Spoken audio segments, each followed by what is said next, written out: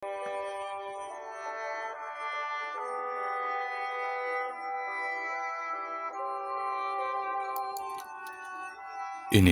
Injil suci menurut Markus.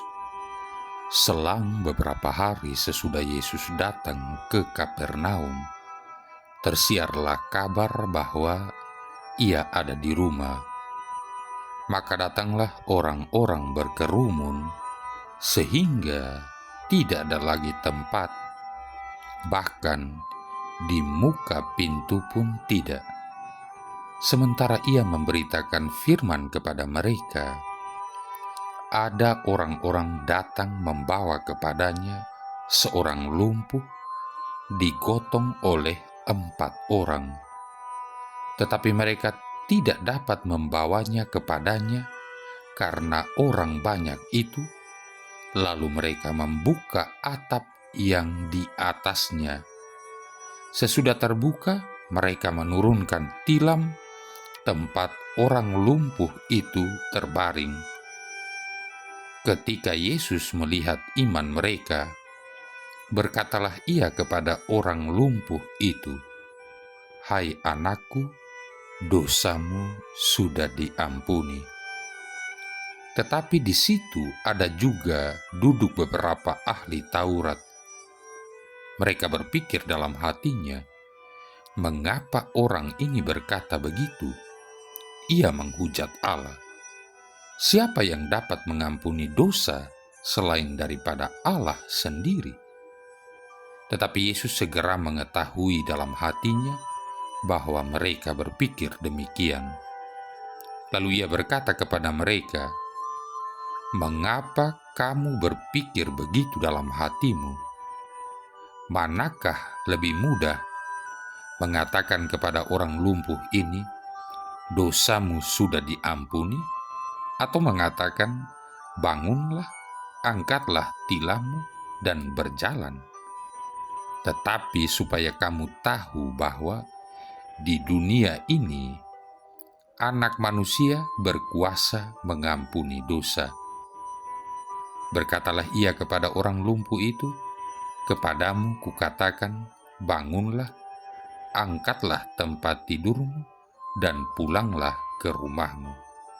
Dan orang itu pun bangun, segera mengangkat tempat tidurnya, dan pergi keluar di hadapan orang-orang itu, sehingga mereka semua takjub, lalu memuliakan Allah, katanya, "Yang begini belum pernah kita lihat."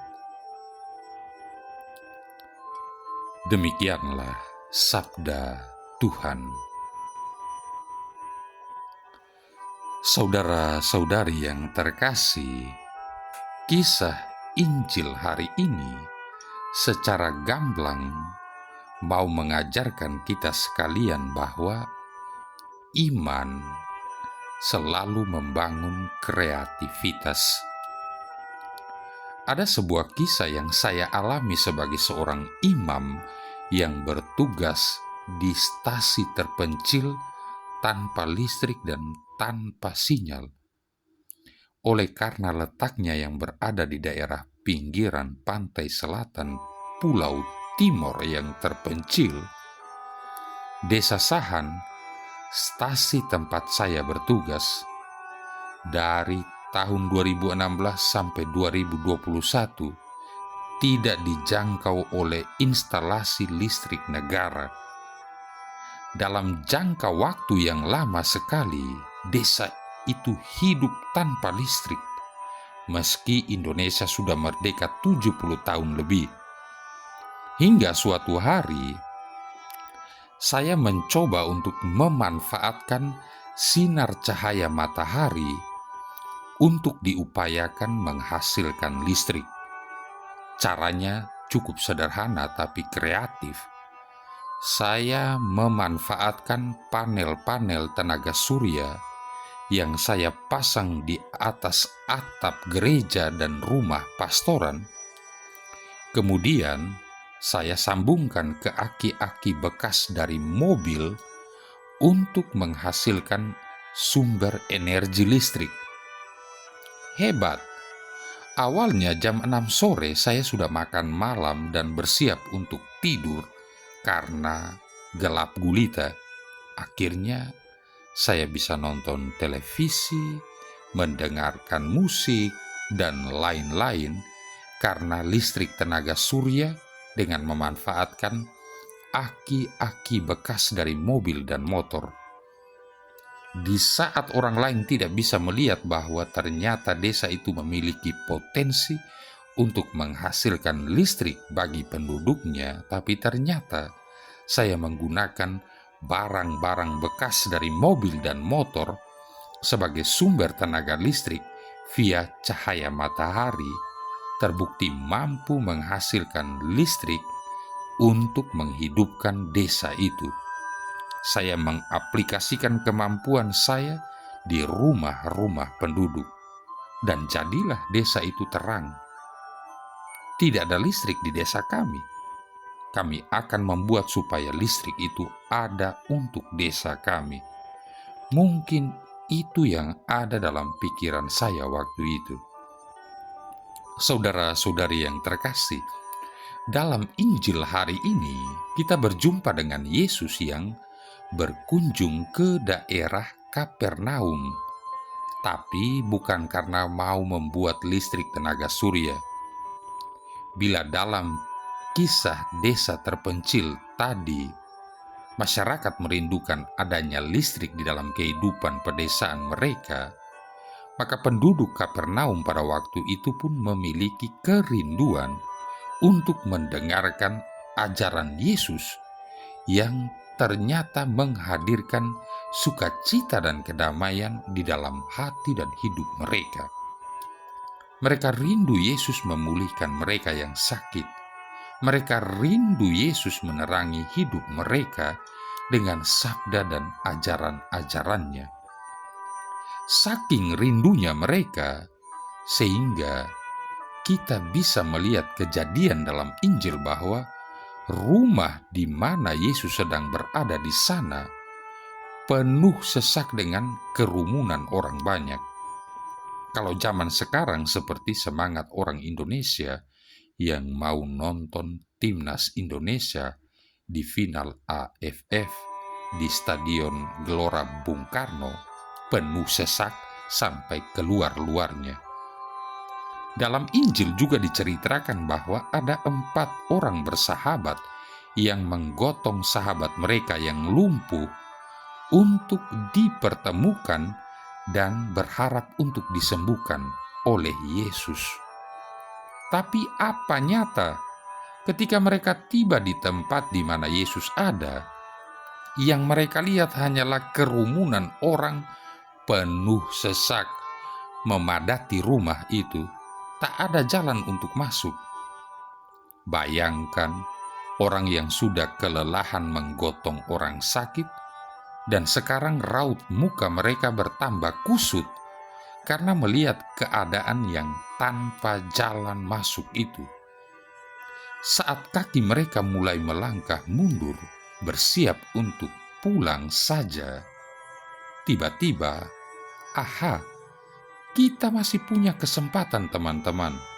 Masih ada satu jalan yang bisa kita gunakan untuk berjumpa dengan Yesus dan membawa teman kita yang sedang sakit ini.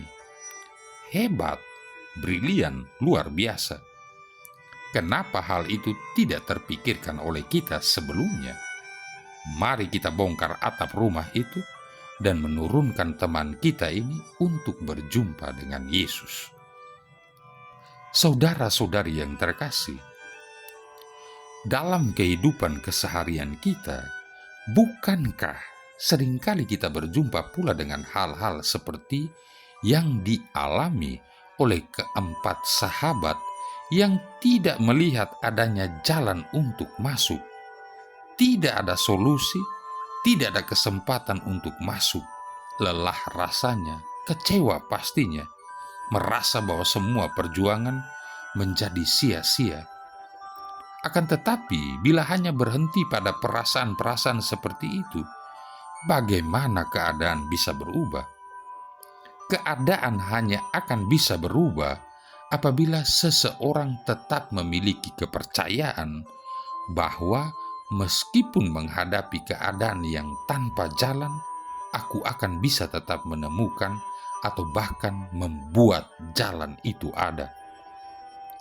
Pertanyaan besar bagi kita sekarang adalah, apa yang kita percaya ketika kita melihat situasi di mana seakan-akan tidak ada jalan sama sekali untuk bisa kita terobos masuk? Apa yang kita imani dalam situasi seperti itu? Terakhir, mari kita berlaku seperti supporter Indonesia yang melihat tidak ada jalan masuk karena stadion sudah penuh sesak. Yang lain akhirnya pulang, sedangkan kita belum juga mau pulang. Kita tetap ingin melihat tim kebanggaan kita main. Lalu, kita melihat pohon tinggi di dekat stadion. Aha, tak nonton bola di dalam stadion, naik pohon untuk tetap bisa nonton tim kebanggaan pun jadi. Apakah iman kita juga kreatif? Marilah berdoa. Allah Bapa sumber kedamaian, dengan perantaraan manusia seperti kami, yaitu Yesus dari Nazaret, Engkau menyatakan dirimu kepada kami. Kami mohon, semoga kami mengagumi sabdanya yang membuat kebijaksanaan serta memberi hidup dan kedamaian. Sebab dialah putramu Tuhan dan pengantara kami, yang bersama dengan Dikau dan Roh Kudus hidup dan berkuasa, satu Allah sepanjang segala masa. Tuhan memberkati kita sekalian, Bapa, Putra, dan Roh Kudus.